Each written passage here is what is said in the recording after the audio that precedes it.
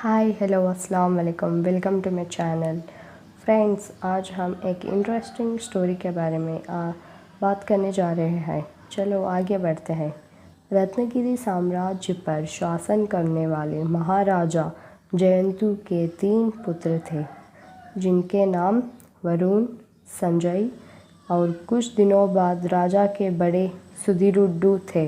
उनके 3 उत्तराधिकारी थे, जिन्होंने 3 विजय कक्षों में से एक में अनाज को मिटा दिया, जहां बेटे वरुण को बुलाया और वृद्धावस्था में कदम रखा। दूसरे में मुसब्बर है, जिसे हथियारों के पुत्रों को सौंप दिया जाना चाहिए। तीसरे में खूब पैसा उड़ाया गया। मंत्री को बुलाओ और इस बात के संकेत है।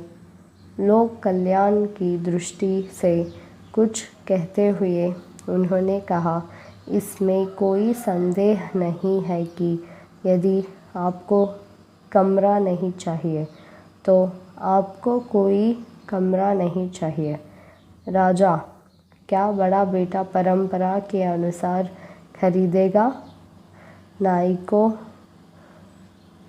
राजशाही मिलेगी। उन्होंने कहा, सभी लोगों के लिए भोजन, लेकिन मंत्री जी, मेरे 3 कुमार महत्वपूर्ण है, इसलिए सबसे बुद्धिमान अनाज का राज्याभिषेक किया जाता है। वरुण ने कहा, मैं बस इतना करना चाहता हूँ। राजा ने कहा। दूसरे पुत्र ने संजय को बुलाकर वही प्रश्न किया। दुश्मन के आक्रमण के समय बैठना और खाना पर्याप्त नहीं है।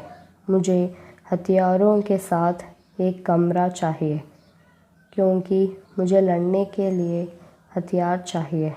तीसरे बेटे ने सुधीर को फ़ोन किया और पूछा, मुझे पैसे वाला कमरा चाहिए, क्योंकि अगर पर्याप्त पैसा है तो कहीं भी भोजन और आश्रय उपलब्ध कराया जा सकता है।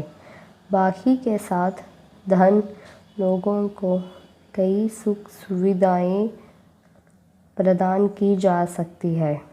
सुधीर को ताज पहनाया गया और वे वानप्रस्थ चले गए। इससे हमें पता चलता है कि राजा इसके लायक कौन है।